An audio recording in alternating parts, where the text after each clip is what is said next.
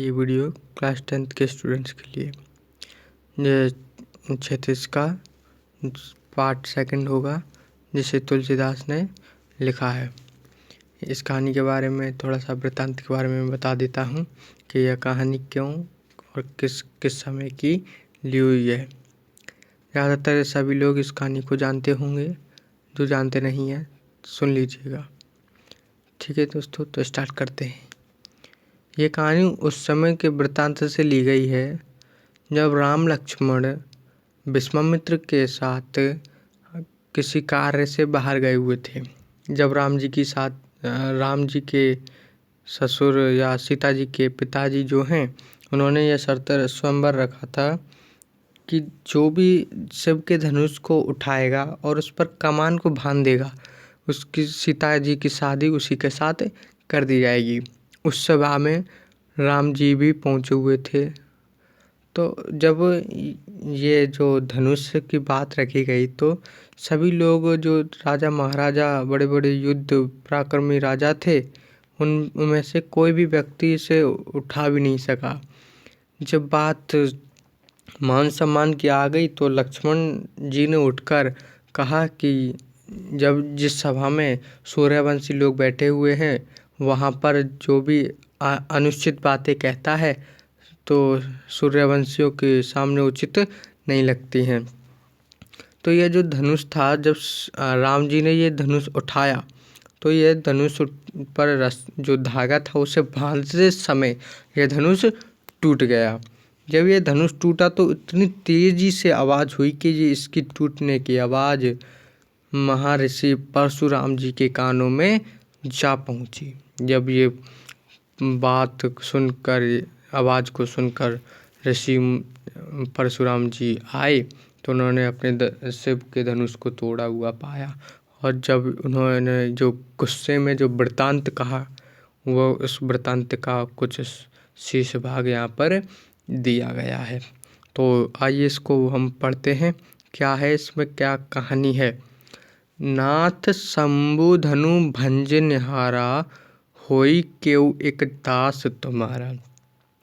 श्री राम जी, मर्यादा पुरुषोत्तम भगवान श्री राम कहते हैं परशुराम जी से कि हे नाथ, ये जो शंभु धनु है अर्थात शिव का धनुष तोड़ने वाला कोई एक आपका दास होगा, आपका एक सेवक होगा, जिसने ये आपका जो शिव का धनुष है वो ये तोड़ दिया है। तो आगे क्या वृत्तांत है सुनिए। आयुषी कहा कही किन मोही, सुनी ऋषाए बोली मनु कोई। आयुष कहते हैं कि ऋषि बोले मुनि कोई, कि ऋषि आप मुझसे बोलते हैं, क्या बोलते हैं। ऋषि जो परशुराम जी हैं कहते हैं, आगे क्या बात करते हैं, कहते हैं सेवक सोजो करे सेवकाई, अरे करनी करिय लड़ाई। कहते हैं कि सेवक तो सेवक का कार्य करता है, अर्थात सेवक जो है केवल सेवा करता है। अरिकरनी करिय लड़ाई, मतलब जो दूसरे हैं, शत्रु हैं, वो तो केवल लड़ाई करते हैं, लड़ाई करना ही जानते हैं। आगे क्या है। सुनेहु राम जही शिव धनु तोरा, सहसा बाहु सम रूपु मेरा। सुनिए कि राम जही सब धनुष तोड़ा है, राम जी ने यह धनुष तोड़ा है, तो वह सहसा बाहु, परशुराम जी कहते हैं कि हे राम, ये जो शिव का धनुष तोड़ा है, सहसा बाहु सम सो रूपु मेरा। सहसा बाहु मतलब हजारों बाहों वाला जो राक्षस था, जो व्यक्ति था, उसके समान वह मेरा शत्रु है। क्या कहते हैं, हे राम, जिसने भी यह शिव का धनुष तोड़ा है वह सहसा बाहु के समान मेरा शत्रु है। सो बिल गहु ब्याई समाजा, ना तो मारे जाई सब राजा। क्या कहते हैं, जिसने यह शिव का धनुष तोड़ा है, जो बिलगऊ समाज अर्थात राजाओं के समाज में से बाहर निकल के आ जाए, नहीं तो ये जो राजाओं के समाज है जो आयोजित की गई है, यहाँ पर उपस्थित सभी नेता जो राजागण हैं, उन सभी को मैं अभी मार दूंगा, मेरे फरसे से कोई नहीं बचा पाएगा। ठीक है, आगे क्या कहते हैं। सुनी मनु बचन लखन मुस्काने, बोले परशु धरी अब माने। बोलते हैं लखन जी मुस्कुरा कर बोलते हैं, क्या बोलते हैं, बोले परशु धरी अभिमान के महाराज, परशु को धारण करने वाले सुनिए। बहुत धनु तोरे लड़काई, कबहु न असी रीस कनि गोसाई। बहुत धनु तोरे लड़काई मतलब बहुत सारे धनुष तोड़े हैं हमने तो बचपन में। कबहु न असी रीस कनि गोसाई, आपने तो कभी ऐसा गुस्सा कभी नहीं किया, आपने कभी ऐसा क्रोध नहीं दिखाया। आगे क्या कहते हैं, यही धनु पर ममता के ही हेतु, सुनी रसाई कह भृगुल कुल केतु। कहते हैं कि महाराज अर्थात परशुराम जी, आपकी इसी धनुष पर क्यों ममता है, क्यों आप इस पर प्रेम दिखा रहे हैं। सुनी रसाई कह भृगुल कुल केतु। इसको सुनकर कहते हैं, हे चंद्रमा पर कलंक के समान बालक, रे नृप बालक काल बस बोलत तोहि न सांवर, धुनुई सम त्रिपुर धनु विदित सकल संसारा। रे नृप बालक, ये राजा के बच्चे, तू काल के बस में होकर बोल रहा है, तो ही न संवर, तू काल के बस में सवारा नहीं जा रहा है, तू काल के बस में है। धुनुई सम त्रिपुर धुनित विदित सकल संसारा, बता। तो वे कहते हैं कि सुनी रसाई के भृगुल कुल केतु, अर्थात वो जो परशुराम जी हैं वह सुनकर कहते हैं कि तू बालक जो है भृगुल कुल केतु, अर्थात परशुराम जी कहते हैं कि परशुराम क्रोधित होकर कहने लगे, क्या कहने लगे सुनिएगा, रे नृप बालक काल बस बोलत तेहि न संवार। बालक, अरे राजा के पुत्र, काल के वश में होकर भी तुझे बोलने में कुछ होश नहीं है। क्या कहते हैं कि राजा के पुत्र, तू काल के वश में होकर बोल रहा है और तुझे ये भी होश नहीं है कि तू क्या बोल रहा है। धुनि सम त्रिपुर धुनु विदित सकल संसारा, सारे संसार में विख्यात शिव जी का यह धनुष, क्या तू सभी जो छोटे मोटे धनुष है उनके समान समझता है। रे बालक, तुझे मालूम नहीं है तू काल के वश में है। एक और बार सुनिएगा दोस्तों, तीसरी लाइन से, यही धनु पर ममता के हेतु, सुनी रसाई कह भृगुल कुल केतु। क्या कहते हैं लक्ष्मण जी, इसी धनुष पर इतनी ममता किस कारण से है। कबहु न असी कहाँ गए, सुनी रसाई कह भृगुल कुल केतु। यह सुनकर भृगुवंश की ध्वजा स्वरूप परशुराम जी क्रोधित होकर कहते हैं, क्या कहते हैं, रे नृप बालक काल बस बोलत तोहि न संवार। क्या कहते हैं, रे राजा के पुत्र, काल के वश में होकर भी तुझे बोलने में कुछ होश नहीं है कि तू क्या बोल रहा है, तुझे थोड़ा सा भी सोच आवास नहीं है। धुनुई सम त्रिपुरा धनु विदित सकल संसारा, सारे संसार में विख्यात शिवजी का यह धनुष, क्या तू छोटे मोटे धनुषों के समान समझता है? आगे के वृत्तांत में क्या कहते हैं परशुराम जी सुनिएगा। जो संवाद है यह राम जी से और लक्ष्मण जी परशुराम जी के बीच जो चलता है उसका वृत्तांत यहाँ किया गया है। ठीक है दोस्तों, आगे पढ़ते हैं हम। लखन कहा हसी हमरे जाना, सुनेहु देव सब धनुष समाना। लक्ष्मण जी ने हंसकर कहा, हे देव सुनिए, हमारे जान में तो सभी धनुष एक से ही हैं। क्या कहते हैं लखन जी हंसकर कहते हैं कि हे देव सुनिए, हमने जहाँ तक सुना है, सब जहाँ तक पढ़ा है कि जो तीर हैं धनुष हैं ये सभी एक समान हैं। का क्षति लाऊ जनि धनु तोड़े, कि हमें इस पुराने से धनुष को तोड़ने में क्या लाभ हानि है, क्या फ़ायदा होता है हमें इसे तोड़ने से। देखा राम नयन के भोरे, राम की आंखों के तरफ देखो, हाँ देखो इन कोमल से आंखों की तरफ। छुअत टूट रघुपत ना दोषी, ये तो छूने से ही टूट गया, इसमें कुछ रघुपति अर्थात राम का कोई दोष नहीं है, इतना कमजोर था ये, छूने से ही टूट गया, इसमें राम जी का कोई भी हाथ नहीं है। मुनि बुनि काज करियत कारेसु, क्या कहते हैं, आप तो बिन मतलब में ही, बिना किसी बात के इतना क्रोध कर रहे हैं, आप हम पर अपना क्रोध दिखा रहे हैं।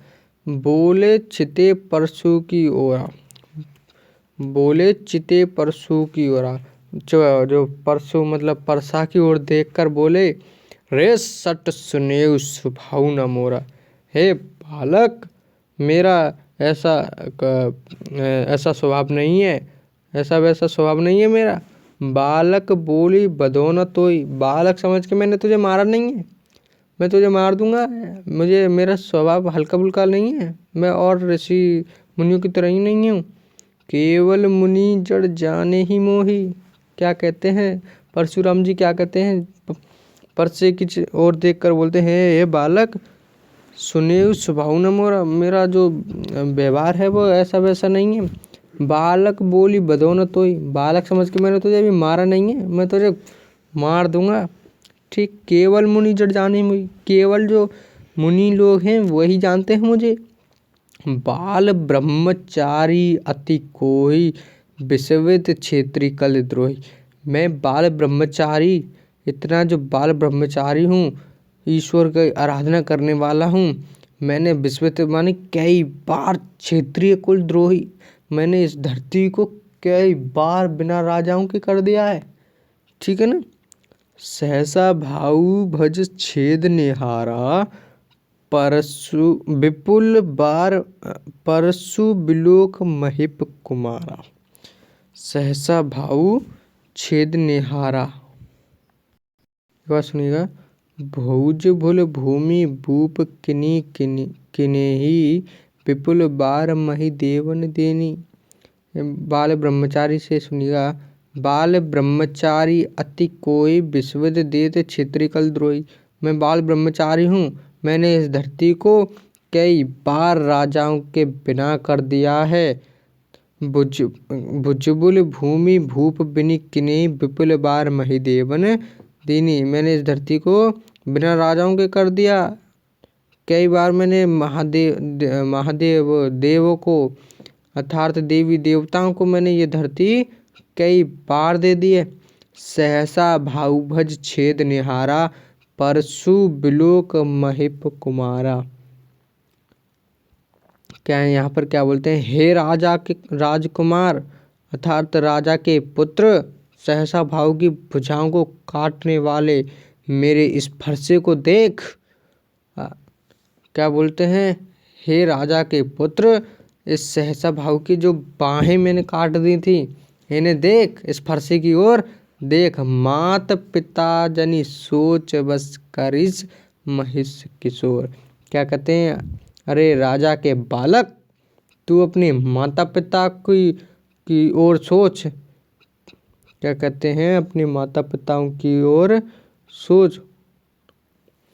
गर्भन के अर्भक दलन परशु मोर अति घोर, क्या कहते हैं, मेरा फरसा बड़ा भयानक है। कैसा फरसा है, जो बच्चे माँ के गर्भ में होते हैं ना, वो बच्चे भी मर जाते हैं, मेरा फरसा इतना खतरनाक है, ठीक है, मुझसे तू बातें जो कर रहा है इतना खतरनाक है ये फरसा कि जो बच्चे पेट में होते हैं इसकी आवाज़ सुन के ही मर जाते हैं। आगे है, बेसु लखुन बोले मृदुवानी, ओह मनुष्य महावत मानी। लक्ष्मण जी के क्या कहते हैं, लक्ष्मण जी हंसकर कोमल वाणी से बोले, क्या बोले हैं, ओ मुनिवर, अपने आप को बड़ा भारी योद्धा मत समझो कि आप ही सब कुछ हैं, आप ही इस दुनिया में केवल अकेले हैं, आप ही केवल बहुत बड़े योद्धा हैं, ये मत सोचो। पुनि पुनि मोहि दिखाओ कुठारु, चाहत उड़ावन फूक पहारु, बार बार मुझे कुल्हाड़ी दिखाते हैं आप, फूंक से पहाड़ उड़ाना चाहते हैं क्या आप, क्या कहते हैं, कि आप मुझे बार बार कुल्हाड़ी या फरसा दिखा रहे हैं? क्या आप चाहते हैं कि फूंक मार के मैं पहाड़ को उड़ा दूं? हाँ, आप क्या आप ही हैं? आप सभी को कमज़ोर समझते हैं? यहाँ कुमड़ बतिया कोई नाई, ते तर्जनी देखी मर जाई। क्या कहते हैं? यहाँ कोई कुमड़बतिया नहीं है। कुमड़िया मतलब बहुत छोटा सा फल। क्या कहते हैं? यहाँ कोई कुमड़बतिया नहीं है तो तुम्हारी तर्जनी उंगली को देखकर ही मर जाए।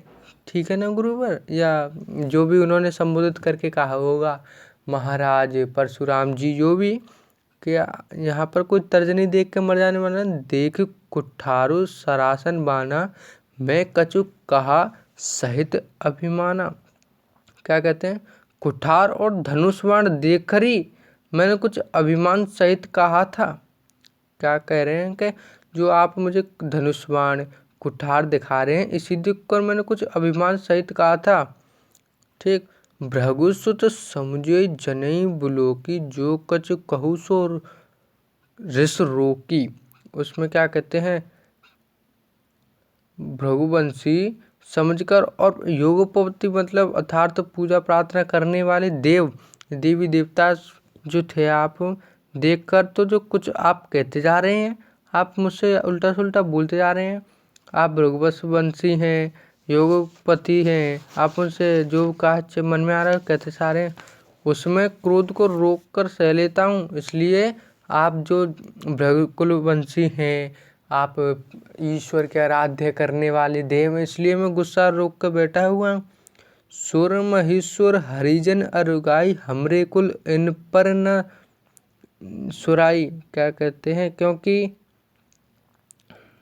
देव ब्राह्मण भगवान भक्त गौ मतलब गैया, हमारे कुल में इन पर हाथ नहीं उठाया जाता है, इन पर कभी वीरता नहीं दिखाई जाती है।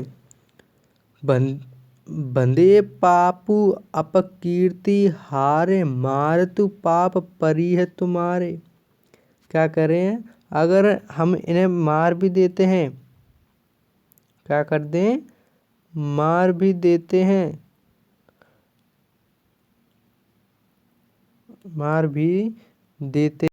मार भी देते हैं तो हम पाप में बन जाएंगे और इनसे हार जाने पर हम अपकीर्ति हार जाएंगे। इसलिए आप मारें तो भी हम आपके पैर ही पड़ेंगे गुरुवर। क्या कहते हैं? हमारे वंश में गाय, देवी देवता, गुरुजन आदि लोगों पर हाथ नहीं उठाया जाता है, उन पर वीरता नहीं दिखाई जाती है। अगर हम उन्हें मारें तो हम पाप में बंधेंगे और जो हमारी जो अपकीर्ति है उसको हम हार जाएंगे। मारुत पाप पर ही तुम्हारे, अगर आप हमें मारते हैं तो भी हम आपके पैर ही पड़ेंगे। आगे क्या बताया गया है? कोटि कुलिस सम वचनु तुम्हारा, व्यर्थ धरु धनु बाण कुठारा। आपका एक एक वचन ही करोड़ों फरसों के समान है। धनुष बाण और कुठार तो आप व्यर्थ ही रखते हैं गुरुवर। क्या कहते हैं?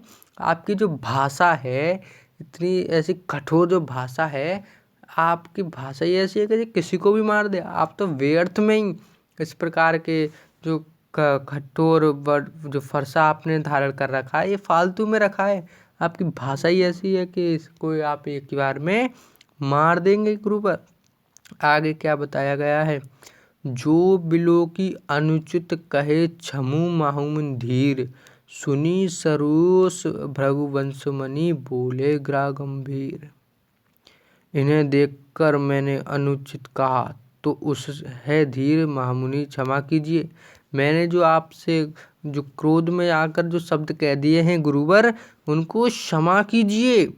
यह सुनकर भृगुकुलवंशी अर्थात परशुराम जी क्रोध के लाल गंभीर वाणी में बोलते हैं। क्या बोलें आगे के में सुनेंगे। इसे जो शब्द उन्होंने ये बोले थे राम लक्ष्मण जी ने कि आपके शब्द ही ऐसे हैं, परशु धारण करते हैं, आप करने की जरूरत नहीं है। ये सब शब्द सुनकर भृगुवंश मुनि अर्थात परशुराम जी क्रोध में आकर गुस्से में आकर बोलते हैं। क्या बोलते हैं? जरा ध्यान से सुनिएगा। कौशिक सुनेहु मंद यही बालकु कुटिल कालवश निज कुल घालकु। हे विश्वामित्र सुनो, यह बालक बड़ा कुबुद्धि अर्थात क्या पागल है। ये काल के वश में होकर अपने कुल पर दाग लगाना चाहता है। ये बालक काल के वश में होकर अपने काल पर अपने कुल पर दाग धब्बा लगाना चाहता है। भानु वंश राकेश कलंकु निपट निरंकुश अवधु आशंकु। चंद्रमा का कलंक है ये बालक, रूपपूर्ण चंद्रमा का कलंक है। यह बिल्कुल उदंड मूर्ख बालक है। ये बालक कैसा है, बेवकूफ है, इसमें समझ नहीं है। अबदू असंकु काल कबलू होई छन माही कोई पुकारी खोरी माही नहीं। ये काल के वश में होकर बोल रहा है मैं इसे अभी मार दूंगा तो कोई भी मुझे दोष ना दे। मैं कहता हूँ, आप सबके सामने कहता हूँ कि मैं इसे मार दूंगा और कोई भी मुझे कुछ नहीं कहेगा, मुझे दोष नहीं देगा। तुम हटकऊ जो चहु उबारक कही प्रतापु बलु रोसु हमारा। यदि तुम इसे बचाना चाहते हो तो हमारा प्रताप बल और क्रोध बतलाकर इसे मरने से बचा लो। क्या कहते हैं, तुम हटऊ सो चहु उबारक कही प्रतापु बलु रोसु हमारा। क्या कह रहे हैं कि तुम अगर इसे बचाना चाहते हो तो इसे मेरी बातें बता दो, मेरी वीरता प्रताप बता दो इसे कि मैंने किस प्रकार सहसा बाबू को मार दिया है, तभी ये बच पाएगा। ठीक है, इसे मेरी बातों को समझाकर डराकर इसे शांत करा लो। ठीक है, इससे ये सब बातें सुनकर लखन क्या कहते हैं सुनिएगा दोस्तों। लखन कहु मुनि सुध तुम्हारा तुम्हित अछत को वरने पारा। आपका सुबस आपको रहते दूसरा कौन वर्णन कर सकता है गुरुवर। पर शांत होकर कहते हैं कि हे गुरुजी आप ही हैं, आप ही इतना बोल रहे हैं तो आपसे अच्छा कौन बोलेगा हैं। आप ही इतनी अपनी भलाई कर रहे हैं तो आपसे अच्छा कोई बोल पाएगा, कोई जानता है कुछ नहीं। आप ही बोलते जाइए बोलते जाइए, आप कुछ कहना चाहते हैं बोलते जाइए।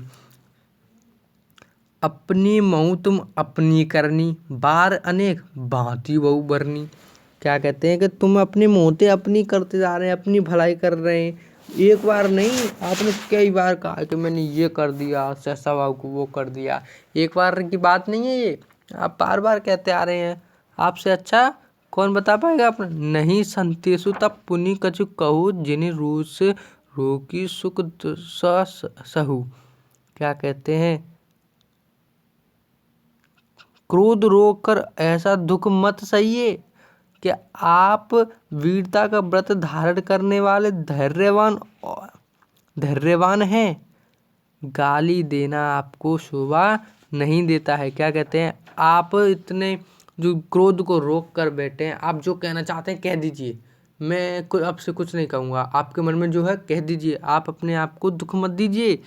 गाली को रोक कर वीर बरती तुम धीर अछोभा गाली देत ना पाऊ न शोभा।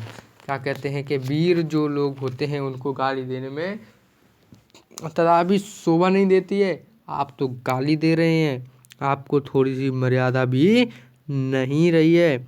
आप तो सूरवीरों से भी बेकार हैं। सूर समर करनी कर है कहीं न जनावत आप विद्यमान रन पाई रिपु कायर कथाई प्रतापु। क्या यहाँ पर क्या कहते हैं कि सूर समर करनी कर है न जनाई आपू विद्यमान रहन पाई रिपु कायर कही प्रतापु। शत्रु को युद्ध में उपस्थित पाकर कायर ही अपने प्रताप की डीग मारता है। यथार्थ लक्ष्मण जी कहते हैं कि जो कायर व्यक्ति होता है वह युद्ध से पहले ही अपनी वखान करता है कि मैं ये करता हूँ, मैं वो कर देता हूँ। केवल युद्ध भूमि में आकर केवल वही युद्ध करता है जो वास्तव में वीर होता है, जिसके खून में वीरता पाई जाती है। वह व्यक्ति ही युद्ध के काबिल समझा जाता है। ठीक है दोस्तों, इसके बाद हम जो है इसके आगे देखते हैं क्या है। उत्तर है, मैं जरा इसे सेट कर लूँ। हाँ, तो स्टार्ट करते हैं। तुम तो कालू हाँक झनु लावा, बार बार मोई लगी बुलावा। ऐसा लगता है गुरुवर कि आप काल को हाँक के ला रहे हैं, क्या बोल रहे हैं कि चल चल बार बार मोई लगी बुलावा। ऐसा लगता है कि गुरुवर आप काल को खींच खींच के ला रहे हैं, एक बार नहीं बार बार लेके आ रहे हैं गुरुवर। ऐसा लक्ष्मण जी कहते हैं। सुनत लखन के वचन कठोरा, परसु सुधारु धर्यो का घोरा। लखन जी के ये शब्द सुनकर परशुराम जी ने क्रोध में आकर परशु को धारण कर लिया और उनकी तरफ चल दिए। क्या कहते हुए, अब जनेही दे दोषु मोहि लागू, कटु बाधु बालक बद जोगु। यह सुनकर परशुराम जी क्या कहते हैं, सुनिएगा दोस्तों क्या कहते हैं। अब लोग मुझे दोष नहीं देंगे, क्या कहते हैं कि लोग मुझे दोष नहीं दें, यह बालक मरने के योग्य ही है। यह बालक कितना बोल रहा है, मेरा अपमान कर रहा है, यह बालक अब तो मरेगा। फिर क्या कहते हैं, बालक बिलोय के बहुत में बाँचा, अब यही मरनिहार बा साँचा। मैं इस बालक समझ के बार बार छोड़ रहा था इसे, लेकिन अब तो ये बालक मरेगा, अब कोई मुझे दोष नहीं देगा। कैर कुठार में अकरन कोही, आगे अपराधी गुरुद्रोही। सॉरी दोस्तों, एक लाइन छूट गया। कौशिक का क्षमी अपराधु, बाल दोष गन कन्हई न साधु। कौशिक अर्थात विश्वामित्र जी कहते हैं, हे गुरुवर महात्मा, इन्हें क्षमा कीजिए। गुरु जो लोग होते हैं उनका काम क्या दोषों को गिनना नहीं है, उनके जो पाप करते हैं उनके गिनते नहीं है, गुरु लोग गिनते नहीं है। आगे क्या बोला, कर कुठार में अकरन कोई, आगे अपराधु गुरुद्रोही। परशुराम जी बोले, तीखी धार का कुठार में दायरित और क्रोधी होकर यह गुरुद्रोही अपराधी मेरे सामने उत्तर दे रहा है। ये बालक एक गुरु के सामने इतने सारे उत्तर दे रहा है कि जो मैंने अपने गुरु के जो कर्ज है इसे मैं मारकर उसे पूरा कर दूंगा। ये बालक मुझे उत्तर दे रहा है। उत्तर देत छोड़ो बिन मारे, केवल कौश सील तुम्हारे।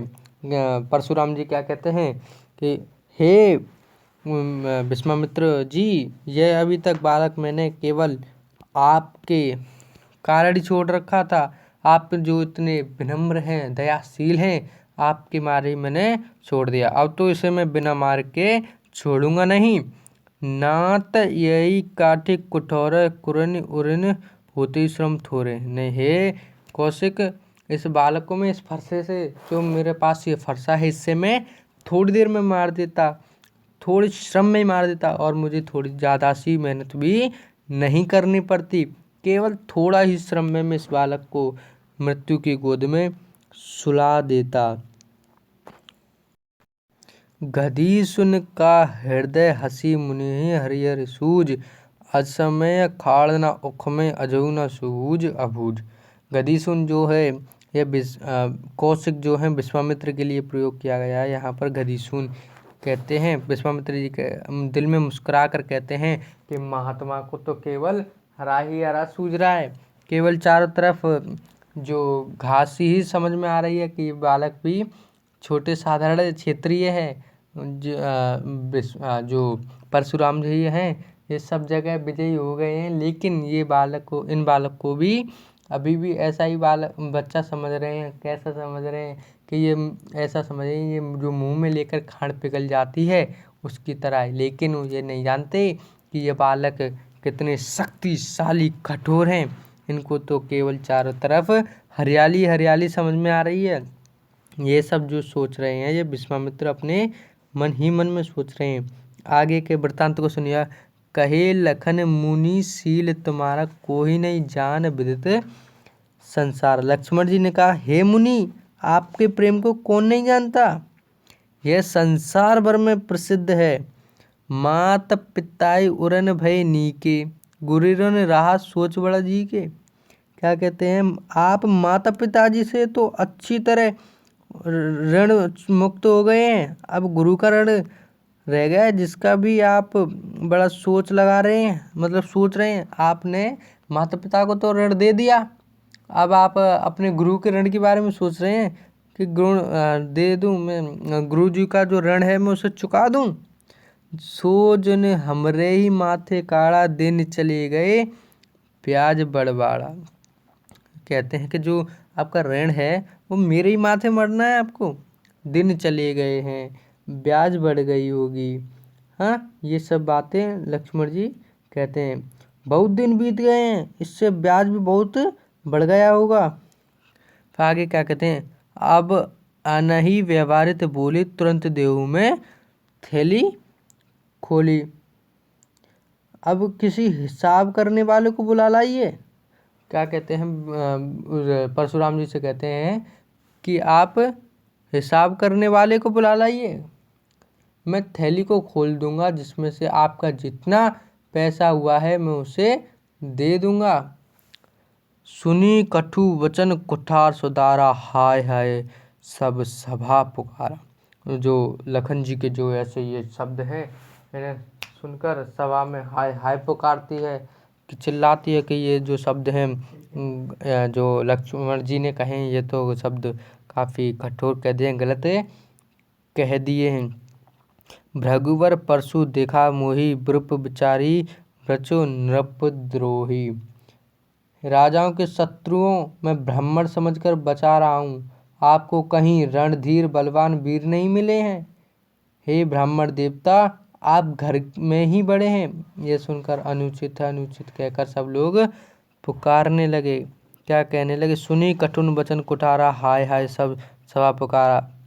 भृगुवर परशु देखा मोहि, ब्रपर बिचारी नृप बचो नृपद्रोही।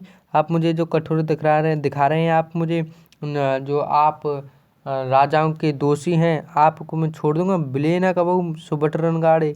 आपके जो योद्धा हैं उनसे मिले नहीं है कभी, दुर्देवता ग्रही के बाड़े। आप तो जो युद्ध हैं केवल घर में ही लड़ने वाले हैं। अनुचित कई सब लोग पुकारे, रघुपत श्याम लखनऊ हमारे।